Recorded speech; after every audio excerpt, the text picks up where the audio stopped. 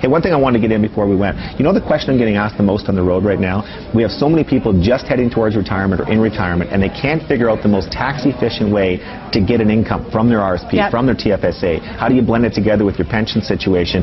A good book, Daryl Diamond. I think it's called Your Retirement Income Blueprint. Good place to start to get some of the basics, but also it's the one time you for sure need specific financial advice. You've got to get to an advisor. This is complicated stuff. You've got to match up your risk tolerance levels with your goals, with longevity risk, and with, of course, again, all the different products out there and the tax efficiency. Not a lot of financial advisors are doing this in a comprehensive way. There's a great opportunity for the financial business right now. Do you think, I mean, and that's a good point about tax efficiency, is it worth for someone to go talk to a professional rather than trying to do it themselves? Absolutely. I mean, it really is. In some instances, for example, it's better to take your RSP out a little bit early because you're having a low-income year, let's say pre-retirement, or you're not going to trigger clawbacks. Not in all instances, but that's the point. People often say to me, write a wealthy barber-like story for pre-retirees and retirees. I can't, because the wealthy barber format lent itself to generic advice. Everybody should do this, this, and this. It was very prescriptive. That particular set has so many subtle differences from person to person. You need customized advice. That format wouldn't work. What I maybe could do is write a book saying, here are all the different options and the subtleties and what to look out for,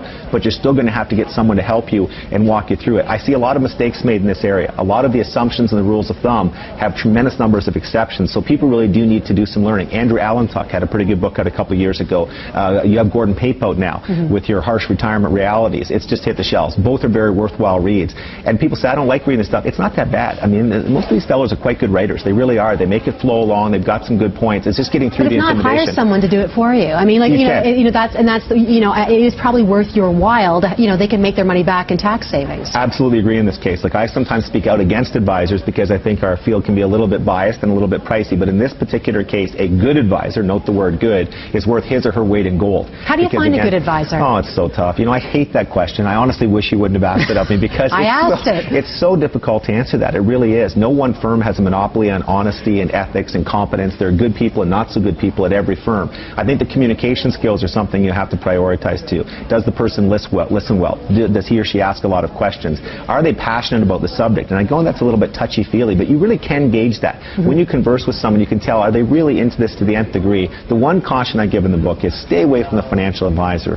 who thinks that he or she is going to add value by outsmarting the stock market. The best advisors I see, and I see a lot of good ones, are the people who give you a holistic financial plan, asset allocation, estate planning, insurance advice, and so on and so forth. They're tax savvy. Those are the people that can add a lot of value and justify their 1% in charges. Again, the people are saying, I can pick the next winning mutual fund, or here's the best place to go in the stock market. I wish that we were that smart, but the bottom line is having that kind of prediction ability is very, very infrequently seen, maybe never.